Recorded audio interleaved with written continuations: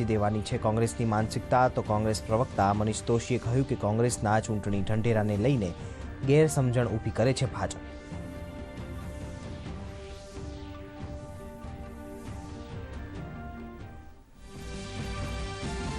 ગાંધીનગર લોકસભા બેઠક પર કોંગ્રેસ નેતા સોનલ પટેલનો ડોર ટુ ડોર ચૂંટણી પ્રચાર. કહ્યું, જનતા ઈચ્છે છે પરિવર્તન, તો દક્ષિણ ગુજરાતના 108 ક્ષત્રિય સમાજે ભાજપને આપ્યું સમર્થન. CR પાટીલે કહ્યું કે મોદી સાહેબને ક્ષત્રિય સમાજનું સમર્થન.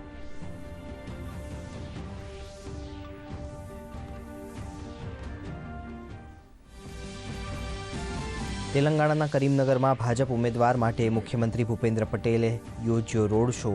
રાષ્ટ્રીય ભાજપના સ્ટાર પ્રચારક તરીકે ભૂપેન્દ્ર પટેલ ગુજરાત બહાર કરી રહ્યા છે પક્ષ પ્રચાર.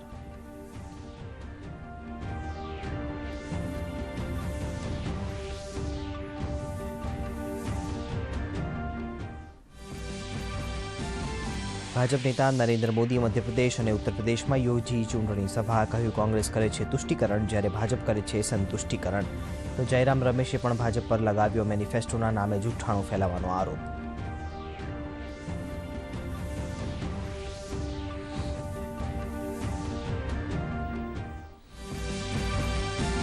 ભારતીય ચૂંટણી પંચે ભાજપ અને કોંગ્રેસને પાઠવી નોટિસ. ધર્મ, જાતિ, સમુદાય અને ભાષાના આધારે નફરત અને વિભાજન કરવાનો લગાવ્યો છે રાહુલ ગાંધી અને નરેન્દ્ર મોદી પર આરોપ. 29 એપ્રિલ સુધીમાં માંગ્યો જવાબ.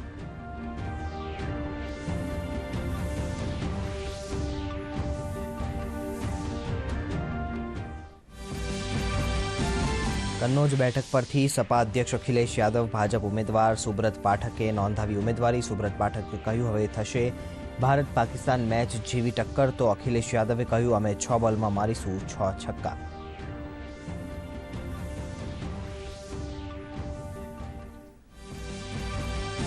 શરદ પવારની પાર્ટી એનસીપીએ જાહેર કર્યો ચૂંટણી ઢંઢેરો. મોંઘવારી અને બેરોજગારી દૂર કરવાની સાથે મહિલા સુરક્ષાનું આપ્યું વચન. તો ખેડૂતો માટે પણ આપ્યા ખાસ વચનો. આમ આદમી પાર્ટી પણ આજે લોન્ચ કરશે કેમ્પેઇન સોંગ.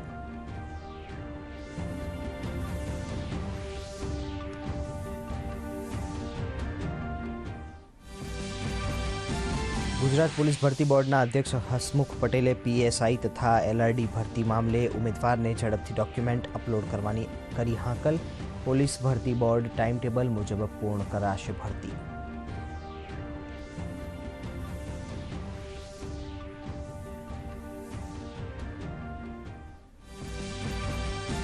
JEE મેઇન્સનું પરિણામ જાહેર. દેશના 56 વિદ્યાર્થીઓએ મેળવ્યા 100%. ગુજરાતના 2 વિદ્યાર્થીઓએ પણ માર્યું મેદાન. રાજકોટના મીત પારેખે ઓલ ઇન્ડિયામાં 28મો, તો હર્ષલ કાનાણીએ મેળવ્યો 44મો રેન્ક.